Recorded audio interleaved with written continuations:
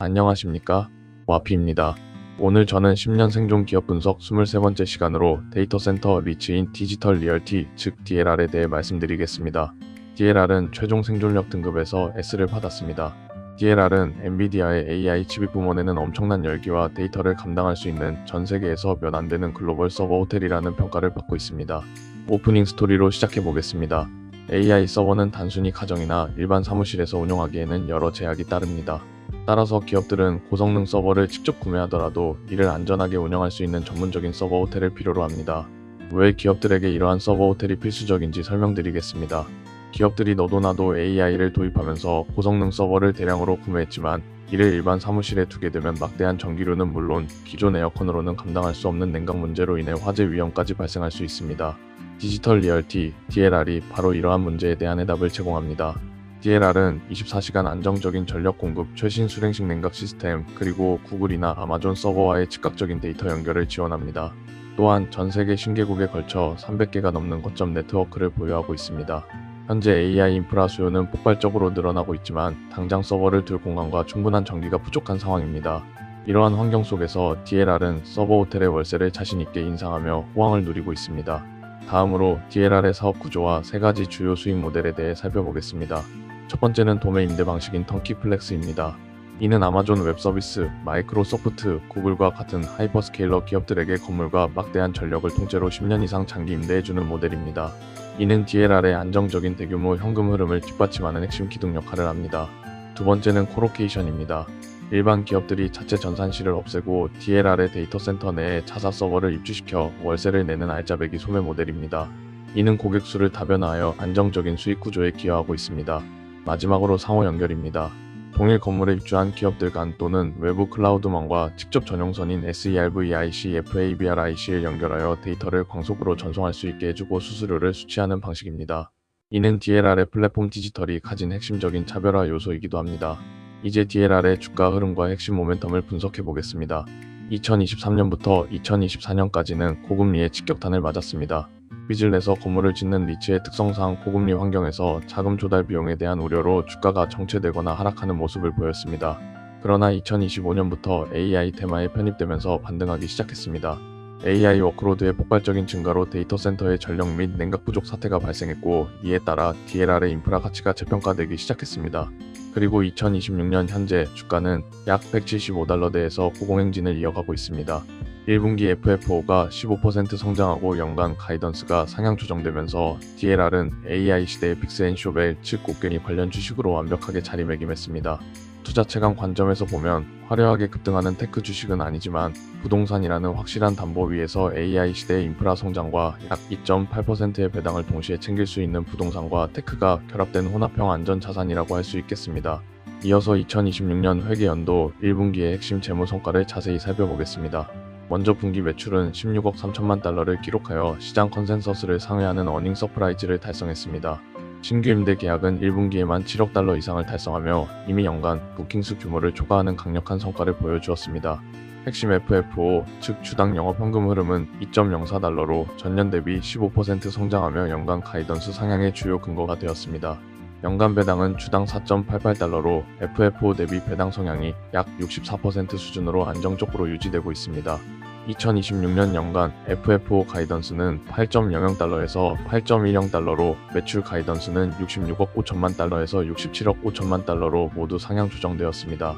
이는 빅테크 기업들의 AI 인프라 투자 가속화가 DLR에게 직접적인 수혜로 이어지고 있음을 명확히 보여줍니다. 다음으로 DLR이 속한 산업 구조를 분석해 보겠습니다. 현재 데이터 센터 시장은 공급은 막히고 수요는 폭발하는 완벽한 임대인 우위 시장입니다. 이러한 현상의 첫 번째 원인은 전력 부족의 구조적 덜입니다. 기업들이 AI를 운영하고 싶어도 절대적으로 전기가 부족한 상황입니다. 도심 근처에 막대한 전력을 소비하는 데이터 센터를 신설하려고 하면 주민들의 반대와 송전망 허가라는 높은 장벽에 가로막히는 현실입니다. 두 번째는 환경 규제의 높은 장벽입니다. 냉각수 사용, 탄소 배출, 토지 사용 등 환경 규제가 강화되면서 신규 데이터 센터 허가는 갈수록 어려워지고 있습니다. 이미 좋은 위치에 자리를 선점한 DLR의 입지는 사실상 대체 불가능한 희소 자산이 되고 있습니다. 마지막으로 이러한 요인들이 결합되어 구조적인 임대료 상승이 나타나고 있습니다. 신규 공급이 막힌 상황에서 AI 수요가 폭증하면서 기존 데이터 센터의 월세는 부르는 게 값이 되고 있습니다. DLR은 재계약 시 두 자릿수의 임대료 인상, 즉 마크투마켓을 성공적으로 실현하며 높은 수익성을 확보하고 있습니다. 이번 슬라이드에서는 데이터 센터 리츠의 양대 산맥인 디지털 리얼티, DLR과 에퀴닉스, EQIX를 비교해 보겠습니다. 먼저 디지털 리얼티는 주로 하이퍼스케일러를 대상으로 대규모 도매 임대를 제공합니다. 플랫폼 DIGITAL이라는 생태계를 통해 글로벌 50개국 300개의 거점을 운영하며 AI 고밀도 인프라에 특화된 서비스를 제공하는 것이 특징입니다. 반면 에퀴닉스는 통신망 연결을 중심으로 한 소매 코로케이션 모델에 집중합니다. 인터커넥션 밀도를 강점으로 하며 IBX 데이터 센터 브랜드를 통해 기업 및 금융기관 고객에 특화된 서비스를 제공합니다. 이처럼 두 기업은 서로 다른 핵심 역량과 고객층을 가지고 시장을 양분하고 있습니다. 다음은 DLR의 기술력과 파이프라인에 대한 내용입니다. AI 칩의 열을 효과적으로 식히는 기술은 이 시장에서 살아남기 위한 필수적인 요소입니다. 엔비디아의 H100이나 B200과 같은 최신 AI 칩은 기존 공냉식, 즉 팬 냉각 방식으로는 열을 감당할 수 없습니다. 단위 렉당 전력 밀도가 기존 서버 대비 5배에서 10배에 달하기 때문에 물을 이용한 직접 냉각만이 유일한 해법입니다. DLR은 이러한 수냉식 기술에서 경쟁사 대비 독보적인 우위를 점하고 있습니다. 건물 인프라 전체에 수냉식 배관과 초고밀도 전력 공급 장치를 설치하는 AI 특화 인프라 개조, 즉 레트로핏 분야에서 가장 앞서 있습니다. 이는 단기간에 복제할 수 없는 실물 자산 기반의 강력한 기술 해자입니다. 또한 DLR은 글로벌 확장 파이프라인을 적극적으로 구축하고 있습니다. 아시아 태평양 지역에서는 인도네시아, 말레이시아 등 신흥 디지털 허브에 공격적으로 진출하고 있으며 유럽에서는 프랑크푸르트, 암스테르담, 런던 등 핵심 거점을 증설하고 있습니다. 중동 지역에서도 하이퍼스케일러의 글로벌 확장 수요에 맞춰 전략적인 포지셔닝을 취하고 있습니다. 빅테크 기업들이 전 세계 어디서든 동일한 품질의 데이터 센터를 활용할 수 있도록 원스톱 글로벌 커버리지를 제공하는 것이 DLR의 가장 강력한 무기라고 할 수 있습니다. 이제 DLR의 재무 건전성을 분석해 보겠습니다. DLR은 부채를 보유하고 있지만 그들의 세입자는 최고 수준이라는 점이 중요합니다. DLR 재무 구조의 본질은 현금 흐름의 안정성에 있습니다. FFO 배당 성향은 64% 수준으로 이는 배당 지속 가능성이 충분하다는 것을 의미합니다. 현재 배당 수익률은 2.8%로 부동산과 테크가 혼합된 형태의 매력을 제공하며 안정적인 수익을 추구하는 투자자에게 매력적인 요소로 작용합니다. 다음은 DLR이 직면한 거버넌스 및 리스크에 대해 말씀드리겠습니다. DLR은 두 가지 핵심 위협에 직면해 있습니다. 첫 번째는 하이퍼스케일러의 반란, 즉 인소싱 리스크입니다. DLR의 최대 고객인 아마존 웹서비스, 마이크로소프트, 구글과 같은 기업들이 월세가 너무 비싸다는 이유로 사막에 자체 데이터 센터를 대규모로 건설할 경우 DLR의 핵심 도매 임대 수익이 구조적으로 잠식될 수 있습니다. 특히 이들의 자체 건설 CAPX가 지속적으로 증가하는 추세는 면밀한 모니터링이 필요합니다. 두 번째는 고금리 장기화 리스크입니다. 미 연준의 금리가 5%대에서 장기간 유지될 경우 DLR이 신규 건물 건설을 위해 조달하는 자본 비용인 WACC가 급등하게 됩니다. 이는 결국 주주들의 몫인 FFO를 잠식하고 경영진의 가이던스 하향 조정을 유발할 수 있는 가장 직접적인 단기 리스크입니다. 이러한 리스크들을 종합적으로 고려할 때 DLR의 리스크 등급은 B로 평가됩니다. 위험은 현실적이지만 글로벌 포트폴리오의 분산 효과와 빅테크 기업들의 현실적인 이탈 비용, 즉 전환 비용을 감안하면 단기적으로 치명타를 입을 가능성은 제한적입니다. 이제 DLR의 10년 생존력을 종합적으로 평가한 결과입니다. 5가지 분석 축에 걸쳐 종합 등급을 평가했으며 최종 생존력 등급은 S로 결정되었습니다. 먼저 산업 구조는 S등급입니다. AI 수요는 폭증하지만 전력 부족과 환경 규제로 데이터 센터 신규 공급이 꽉 막힌 완벽한 임대인 우위 시장이기 때문입니다. 경쟁력 및 시장 지위는 A등급입니다. 전 세계 300개 데이터 센터를 SERVIC, FABRICU로 연결하여 빅테크를 묶어둔 대체 불가능한 플랫폼을 구축했습니다. 기술 및 파이프라인 또한 A등급입니다. 엔비디아 최신 칩에 열을 식히는 수냉식 고밀도 AI 인프라 개조 역량에서 선두를 달리고 있습니다. 재무 건전성은 B등급입니다.